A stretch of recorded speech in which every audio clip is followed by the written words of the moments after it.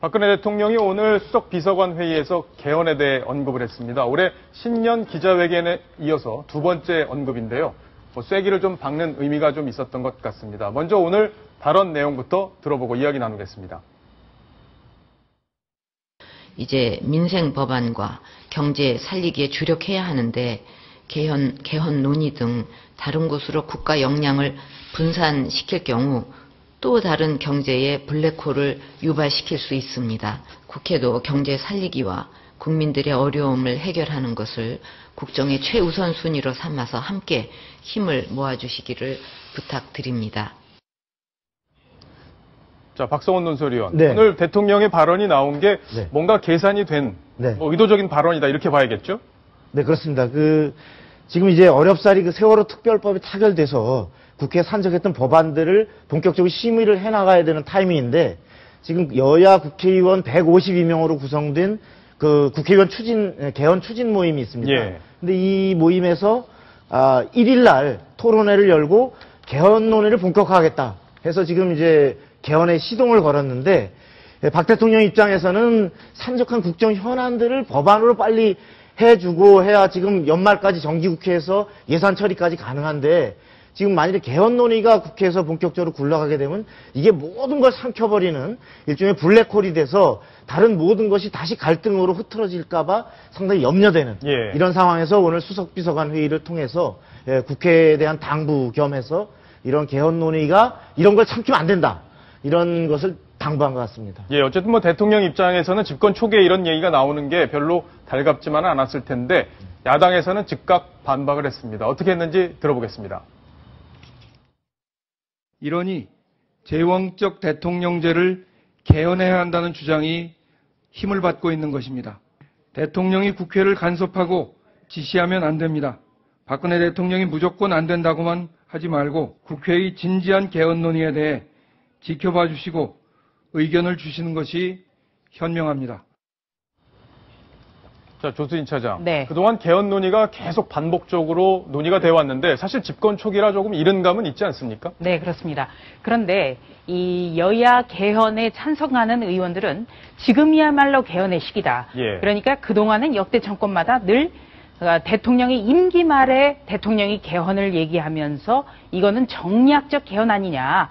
이렇게 오히려 국회가 반발하는 양상이 빚어졌거든요. 예. 그리고 내년 말까지 전국 단위 선거가 없습니다. 그래서 여야 의원들은 지금이야말로 개헌의 적기다. 이렇게 주장을 하고 있습니다.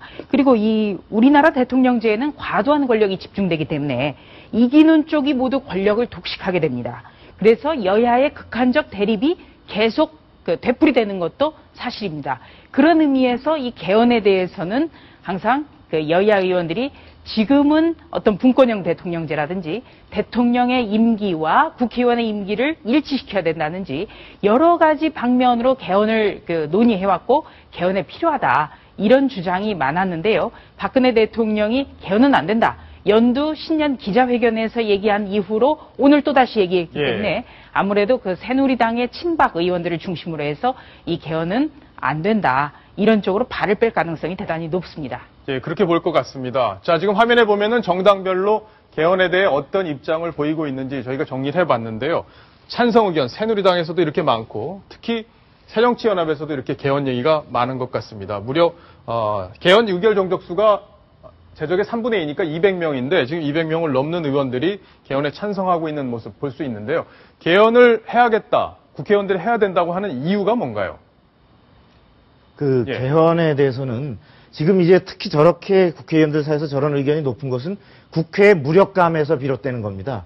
이번에 세월호 특별법에 발목이 묶여서 5개월 동안 법안이 0건밖에 하나도 처리되지 않은 이런 상황 속에서 입법기구인 국회의 존재 이유 자체가 의심시되는 이런 상황의 원인을 의원들은 제왕적 대통령 때문에 권력을 잡으면 모든 걸 다 권력을 쓸어가고 권력을 못 가진 측은 대통령을 넘어뜨려야만 살 수 있다는 생각을 하니까 극한적인 대립 투쟁이 심화되고 이런 속에서는 대통령 직선제, 5년 단임제의 이 헌법을 바꿔서 권력을 분산하는 이렇게 가야 서로 의회에서 협력이 가능하지 않겠느냐 이런 논의의 명분을 세우고 있습니다. 예. 어쨌든 뭐 대통령이 사실 궁지에 몰렸을 때 임기 말에 그래서 개헌론을 꺼내서 돌파구를 찾는 게 통상적인 경우인데 이번에 어쨌든 국회에서 계속 개헌론이 나오는 것, 박 대통령이 쐐기를 박은 그 모습까지 저희가 한번 살펴봤습니다. 근데 여기 한 가지 예. 좀 덧붙일 것이 지금 의원들 사이에서는 저런 개헌 논의가 상당히 높은 게 사실인데